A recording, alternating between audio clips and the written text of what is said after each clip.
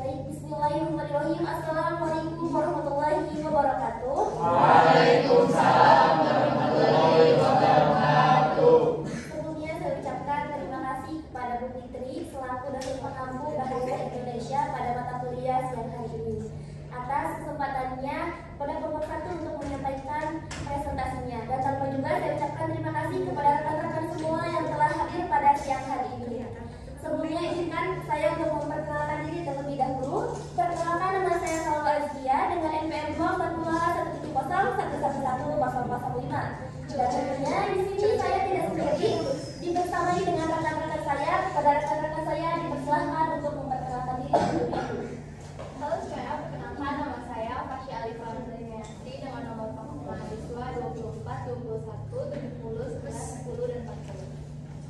Halo teman-teman semuanya, perkenalkan nama saya Nur Hanibah dengan nomor pokok mahasiswa 24217011111031. Halo semuanya, perkenalkan nama saya Sani Sundari dengan nomor pokok mahasiswa 242170111029.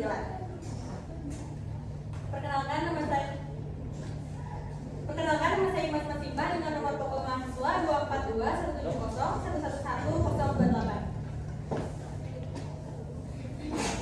Perkenalkan, nama saya Pak Rahayu dengan NPM 24171111025.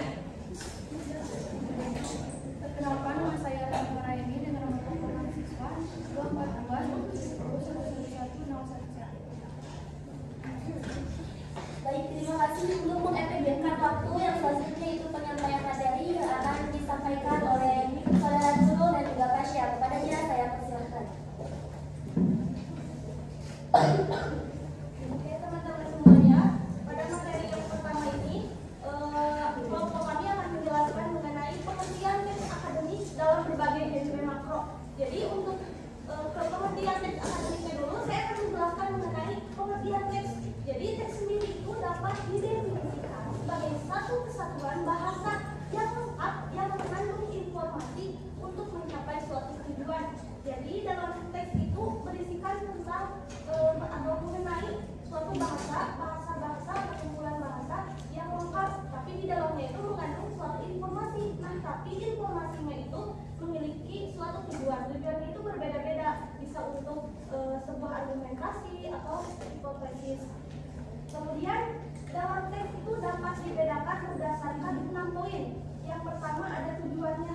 Nah, dalam teks itu tujuannya itu untuk apa? Yang pertama kan kita misal ambil contoh ya, dari tujuannya untuk membuat teks akademik.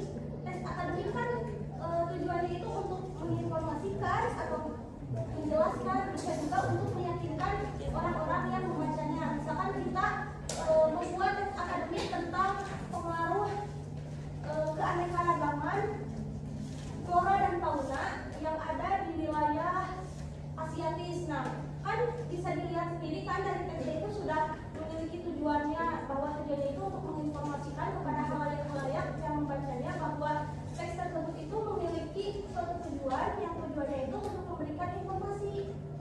Informasinya itu yang relevan. Yang kedua, pembeda dari teks itu ada berbagai sudut pandang. Nah, kalau sudut pandangnya itu berbeda-beda ya, karena kalau sudut pandang dalam sebuah teks itu tergantung kepada tujuan dalam pembuatan suatu penulisan.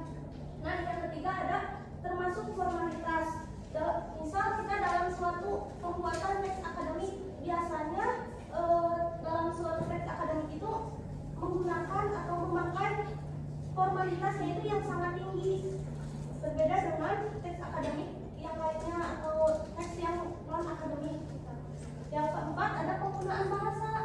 Nah kan kalau di teks akademik kan bahasanya itu menggunakan bahasa-bahasa formal ya, bahasa-bahasa yang baku, bahasa yang sesuai dengan KBBI, bukan bahasa-bahasa yang dipakai sehari-hari. Nah, yang kelima ada tingkat informatif. Kalau tingkat informatif yang ada di teks akademik itu biasanya tingkat informatifnya itu lebih relevan ya dan cukup terpercaya. Kemudian poin yang keenam itu ada fungsionalitas. Fungsionalitas dari teks akademik itu ditulis tujuannya itu untuk berkaitan dengan pendidikan dan penelitian.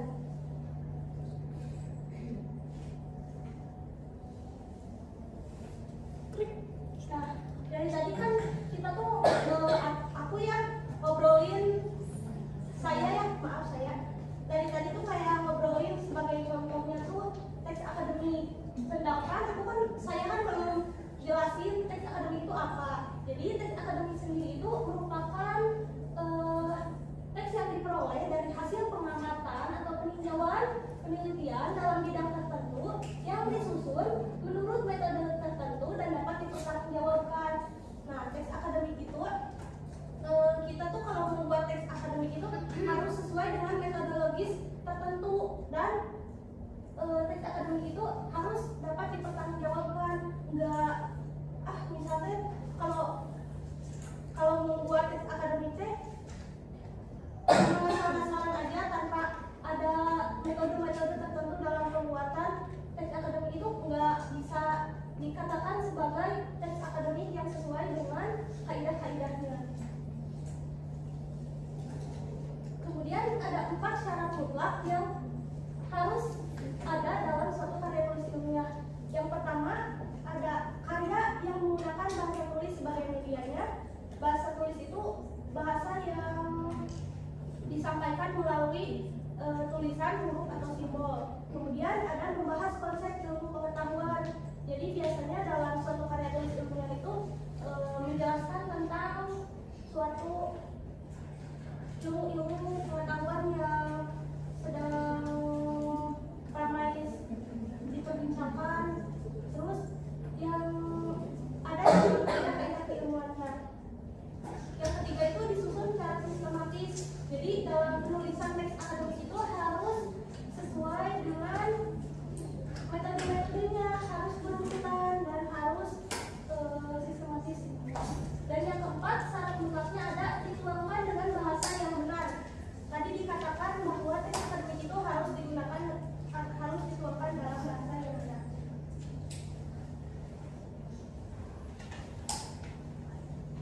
Kemudian sebelum itu saya akan menjelaskan tentang ciri membahas karya tulis ilmiah dengan karya non-ilmiah. Nah, teks akademik atau karya ilmiah ini bisa dibedakan dengan teks non-ilmiah. Nah, ciri-ciri pembedaan itu ada yang pertama objektif, yang artinya itu memberikan penilaian secara objektif terhadap objek tersebut. Kemudian ada secara faktual, yang dibuat berdasarkan fakta dan dapat dipertanggungjawabkan kebenarannya. Jadi semua yang ada di kita lihat secara nyata itu tuh benar adanya dan pastinya harus bisa dipertanggungjawabkan adanya gitu. Kemudian ada secara sistematis, yang artinya sistematis dan harus seluruhnya secara sistematis dan harus ditaati peraturannya gitu. Kemudian ada metodologis, itu berdasarkan metode ilmiah tertentu. Kemudian yang terakhir ada cermat dan jujur, itu mengangkat hal yang sebenarnya.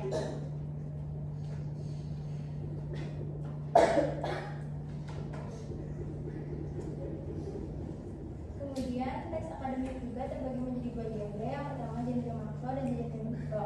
Nah, di sini saya akan menjelaskan tentang genre makro terlebih dahulu. Kemudian genre makro itu kan genre yang digunakan untuk menamai sebuah jenis teks secara keseluruhan. Contohnya itu ada penelitian, laporan praktikum, makalah, artikel ilmiah, serta skripsi. Kemudian untuk menurut pengertian teks akademik genre makro secara ahli, menurut Arsyad dan Maisarov tahun 2020, genre makro mencakup keseluruhan teks dan seringkali terdiri dari beberapa subgenre atau genre mikro di dalamnya. Kemudian yang kedua ada dari Luciana tahun 2021 menambahkan bahwa genre makro berfungsi untuk mengklasifikasikan teks secara keseluruhan dan dalam teks genre makro tidak dapat tersusun tanpa adanya genre mikro sebagai komponennya. Misalnya sebuah artikel ilmiah sebagai genre makro mungkin terdiri dari berbagai genre mikro seperti deskripsi, prosedur, serta diskusi. Kemudian yang kedua saya akan menjelaskan genre mikro. Untuk genre mikro sendiri itu merupakan subgenre yang lebih kecil yang terdapat di dalamnya genre makro. Jadi genre mikro ini diperkecil tapi di dalamnya itu ada genre makronya. Contohnya seperti teks deskripsi, eksplanasi, diskusi, serta teks eksposisi.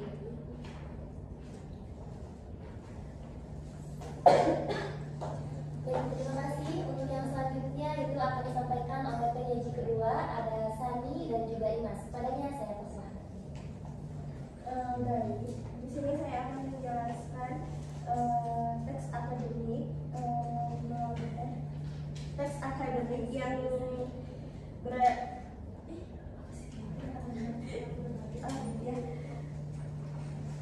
baik, di sini saya akan menjelaskan teks akademik dalam berbagai genre mikro. Yang pertama ada teks deskripsi. Teks deskripsi yaitu teks yang menggambarkan sesuatu secara jelas dan terperinci, sehingga ketika sang pembaca sedang membaca teks tersebut dia akan merasakan langsung apa yang sedang dibahas di dalam teks tersebut. Teks deskripsi memiliki ciri fisik objek seperti bentuk, warna, ukuran, dan tekstur. Struktur teks deskripsi juga memiliki struktur. Yang pertama ada identifikasi, yaitu penentuan identitas seseorang atau benda. Yang kedua ada klasifikasi, yaitu penyusunan bersistem sesuai dengan kaidah yang telah ditentukan. Dan yang ketiga ada deskripsi bagian, yaitu gambaran yang berada di dalam teks tersebut. Yang kedua ada teks eksposisi. Menurut Ari Kunto tahun 2006, teks eksposisi merupakan jenis teks yang bertujuan untuk memberikan informasi atau penjelasan suatu hal seperti fenomena atau kejadian melalui logika atau argumentasi yang kuat atau yang disebut dengan informasi aktual. Ciri dari teks eksposisi yaitu singkat dan padat, gaya informasi yang mengajak, bahasa baku, menjelaskan informasi pengetahuan, tidak memihak, bersifat objektif dan netral, mengandung fakta, memiliki gagasan, menggunakan kata-kata teknis, dan menunjukkan hubungan argumentasi. Baik, terima kasih tadi yang telah menjelaskan poin terkait poin A dan B. Selanjutnya saya akan menjelaskan poin C, D, dan E. Yang pertama ada teks ekspansi. Teks ekspansi menurut Bardik merupakan teks yang menjelaskan bagaimana proses dan alasan sesuatu di dunia itu bisa terjadi. Jadi sesuatu di dunia itu dijelaskan dalam bentuk teks ekspansi. Lalu menurut Isnatun dan Farida menjelaskan bahwa teks ekspansi itu menjelaskan proses yang bagaimana proses yang terjadi di proses fenomena alam seperti itu. Jadi kesimpulannya teks ekspansi merupakan jenis tulisan yang bertujuan untuk menjelaskan proses terjadinya suatu fenomena atau peristiwa. Teks ekspansi memiliki ciri-ciri. Yang pertama bersifat faktual tentu saja. Yang kedua bersifat keilmuan. Jadi ini berhubungan dengan ilmu pengetahuan. Ciri selanjutnya yaitu bersifat informatif dan tidak mempengaruhi pembaca. Jadi teks ekspansi hanya memberikan informasi tanpa adanya tujuan untuk mempengaruhi pembaca. Ciri selanjutnya yaitu fokus pada hal umum, yakni menjelaskan peristiwa yang sering kita jumpai pada sehari-hari. Teks selanjutnya yaitu teks laporan. Sugio menjelaskan bahwa teks laporan merupakan tulisan yang berisi hasil dari penelitian, observasi, eksperimen yang disajikan secara sistematis dan terperinci. Sedangkan Nur Hadi menjelaskan bahwa teks laporan merupakan tulisan yang berisi informasi tentang suatu kejadian atau peristiwa berdasarkan penelitian ilmiah, pengamatan, atau kegiatan lainnya. Jadi sudah jelas ya kalau teks laporan itu dibikin setelah kita melakukan penelitian atau observasi. Untuk ciri-cirinya yang pertama mengandung fakta tentu saja karena ini berdasarkan hasil penelitian. Selanjutnya yaitu ditulis secara lengkap dan menyeluruh. Yang ketiga bersifat objektif, lalu tidak mengandung prasangka atau keberpihakan. Selanjutnya disajikan secara menarik dengan bahasa yang jelas dan logis. Selanjutnya yaitu berdasarkan hasil pengamatan atau percobaan, dan ciri terakhir yaitu bertujuan untuk memberikan pengetahuan atau informasi. Teks selanjutnya yaitu teks diskusi. Purwadi menjelaskan teks diskusi merupakan teks yang berisi argumen-argumen untuk membujuk pembaca atau pendengar tentang suatu permasalahan atau isu. Sedangkan Taridan menjelaskan bahwa teks diskusi merupakan teks yang menyajikan fakta, pendapat, dan argumen-argumen untuk membahas suatu topik agar pembaca atau pendengar memahami pandangan penulis. Jadi kesimpulannya teks diskusi itu merupakan teks yang menyajikan memberikan argumen dari berbagai sudut pandang tentang suatu topik. Untuk ciri-cirinya, yang pertama, strukturnya terdiri dari isu, argumen yang menentang dan mendukung, yaitu pro dan kontra, serta kesimpulan atau rekomendasi. Ciri selanjutnya yaitu menggunakan verbal material, relasional, dan mental secara proporsional. Ciri selanjutnya yaitu menggunakan konjungsi perbandingan. Selanjutnya menggunakan modalitas dalam membentuk opini dan rekomendasi. Lalu selanjutnya sudut pandang yang beragam. Baik, terima kasih. Untuk yang selanjutnya yaitu tentang fungsi dan kehidupan akademik yang mana akan disampaikan oleh saya sendiri dan rekan saya Akbar. Nah, untuk fungsi dan kehidupan akademik tentunya tentang akademik tidak dapat terpisahkan dengan karya tulis ilmiah atau penulisan ilmiah. Yang mana penulisan karya ilmiah ini memiliki beberapa tujuan dan juga fungsi. Yang pertama, untuk tujuannya itu untuk memecahkan masalah tertentu. Biasanya penulisan karya ilmiah ini yang bertujuan untuk menganalisis ataupun memecahkan masalah tertentu dengan cara menganalisis, mengumpulkan data untuk memecahkan masalah atau fenomena tertentu. Yang kedua yaitu untuk mencapai tujuan khusus, di mana setiap karya atau penulisan ilmiah pastinya memiliki tujuan khusus yang akan mereka capai. Dan yang ketiga yaitu tujuannya untuk menambah pengetahuan ilmu dan konsep pengetahuan tentang pokok masalah tertentu. Karya ilmiah biasanya bertujuan untuk memperluas wawasan dan untuk meningkatkan pengetahuan kita, yang mana nanti karya tulis ilmiah itu dapat menambah wawasan atau pengetahuan bagi para pembaca tersebut dan juga dapat bermanfaat bagi peneliti tersebut. Dan yang selanjutnya itu karya ilmiah disitu dengan tujuan untuk membina kemampuan menulis ilmiah bagi penulisnya, di mana nanti para penulis ilmiah ini memiliki dapat meningkatkan keterampilan untuk menulis karya ilmiah, misalkan dengan cara menulis karya ilmiah yang tentunya harus logis, sistematis, dan tentunya harus lebih spesifik dan dapat menentukan tujuan dan memecahkan masalah tersebut. Dan yang selanjutnya itu karya ilmiah disebut dengan tujuan untuk membina kemampuan berpikir ilmiah, di mana nanti para penulis itu harus mampu berpikir secara logis dan juga sistematis, yang nantinya akan melatih berpikir kritis bagi para penulis tersebut. Selain itu juga karya tulis ilmiah memiliki beberapa fungsi, diantaranya yaitu nanti akan disampaikan oleh rekan saya Akbar. Padanya saya persilahkan. Baik, saya akan menjelaskan fungsi karya ilmiah. Yang pertama ada fungsi pendidikan, kedua ada fungsi penelitian, dan ketiga ada fungsi fungsional. Yang pertama fungsi pendidikan yaitu karya tulis ilmiah yang berfungsi memberikan pengalaman yang berharga bagi penulisnya, sehingga ia mampu menulis dan berpikir dan mempertanggungjawabkan tulisannya secara ilmiah.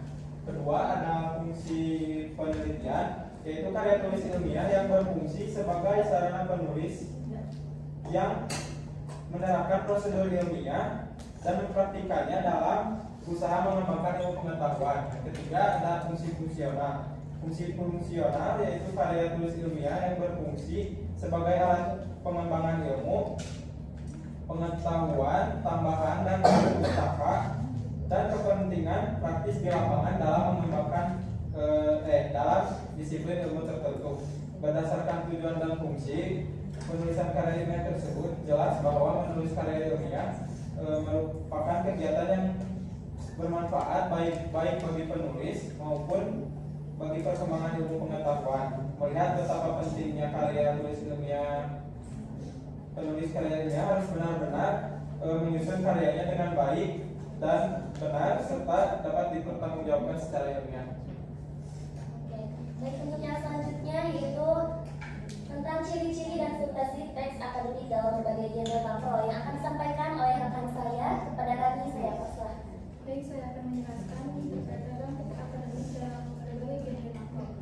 Yang pertama, bersifat sederhana dalam hal struktur kalimat, yang berarti menggunakan kalimat pendek, langsung, dan mudah dipahami. Yang kedua, padat informasi, yang berarti menyampaikan informasi penting atau inti dalam. Yang ketiga, padat fleksial, yang berarti menggunakan banyak kata yang bermakna atau kata kunci dalam sebuah kalimat atau teks. Yang keempat, dengan memanfaatkan nominalisasi, yang berarti sering mengubah kata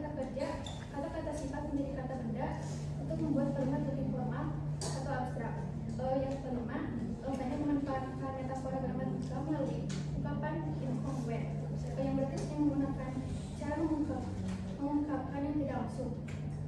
Yang keenam, banyak menggunakan istilah teknis, yang berarti sering menggunakan kata atau bahasa khusus yang terkait dengan bidang atau keahlian dalam komunikasi. Yang ketujuh, bersifat taksonomi dalam bentuk abstrak, yang berarti mengungkapkan konsep atau kategori yang bersifat umum dan tidak konkret. Yang kedelapan, banyak memanfaatkan sistem pengetahuan Explorer, yang berarti sering menggunakan referensi atau pandangan teks yang bergantung pada informasi. Yang kesembilan, banyak memanfaatkan proses rasional identifikal dan proses rasional atributif, yang berarti sering menggunakan proses mental untuk mengenali atau mengidentifikasikan sesuatu. Sementara itu, proses rasional atributif sering mengatur penjelasan atau distribusi terhadap suatu fenomena. Selanjutnya, bersifat monologis dengan banyak mendaya-gunakan kalimat indikatif dan deklaratif. Berarti sering berbicara atau menulis dari sudut pandang seperti A tanpa banyak melibatkan dialog.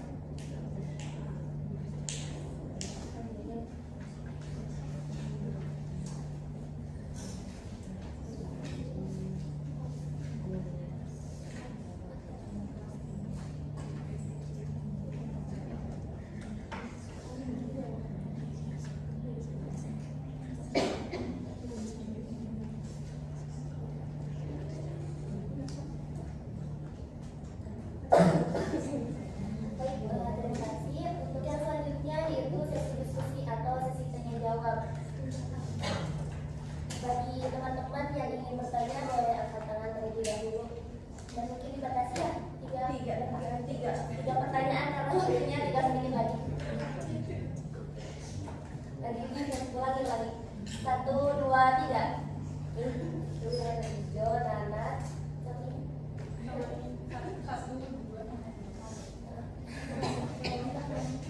cowoknya tuh berarti ibu Maida, terus dari laki-laki siapa yang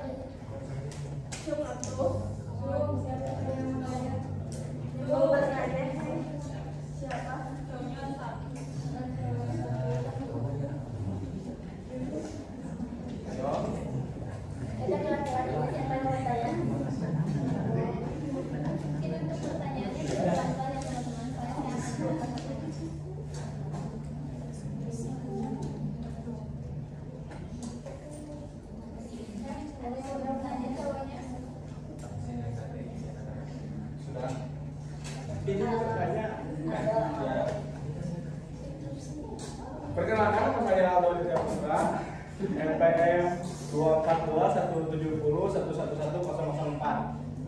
Saya akan izin bertanya, apakah makalah termasuk dalam praktis penulisan akademik? Tolong jelaskan. Terima kasih. Boleh diulangi? Apakah makalah termasuk dalam praktis penulisan akademik dan tolong jelaskan. Makanya kita dulu ya. Yang selanjutnya ini pertama itu beda. Perkenalkan, nama saya Bina Tusmiati dari kelompok 2. Izin bertanya, berdasarkan yang disampaikan oleh Nurul dan Fasya, teks akademik harus berdasarkan metodologi ilmiah tertentu. Metodologi pertanyaannya, metodologi seperti apa yang dipakai dalam teks akademik? Terima kasih. Bentar, belum bentar itu.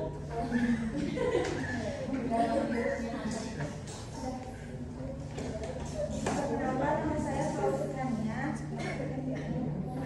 STM saya 2421701110.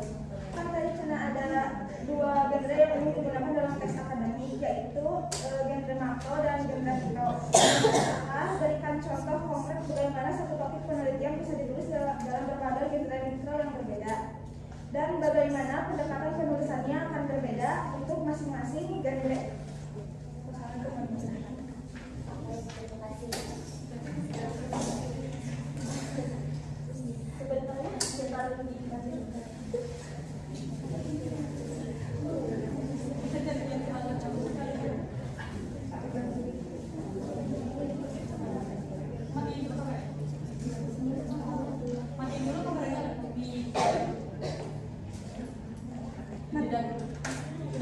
beda. Heeh, teu bisa kudu diparingi. Apa di Ini sama TV disambung. Matikan. Baik, saya Umas akan menjawab pertanyaan dari Aldo, yaitu apakah makalah termasuk dalam praktis makalah akademis? Sudah jelas ya kalau makalah termasuk dalam teks akademis dan termasuk ke dalam genre makro. Karena di dalam makalah mengandung berbagai genre mikro terkait teks ekspanasi, deskripsi, dan teks eksposisi. Apakah jawaban saya dapat diterima?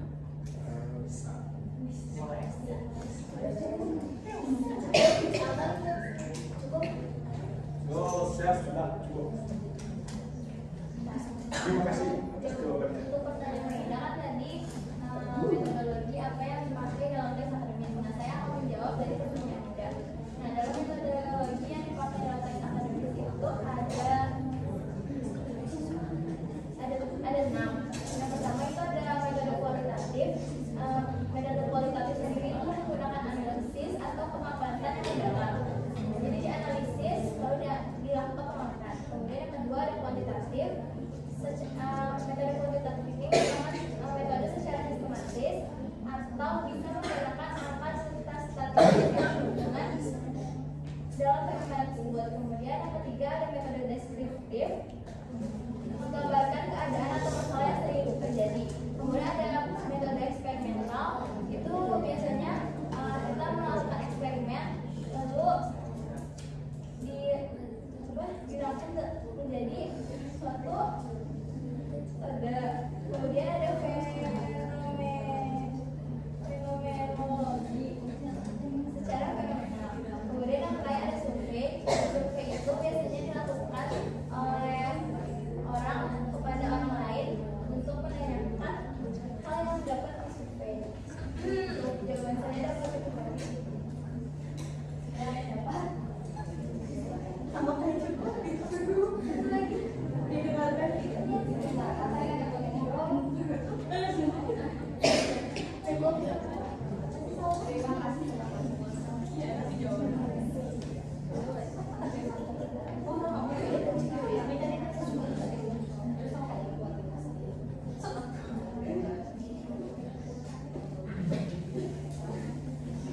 Perbedaan utama dalam pendekatan izin menjawab pertanyaan dari Salwa.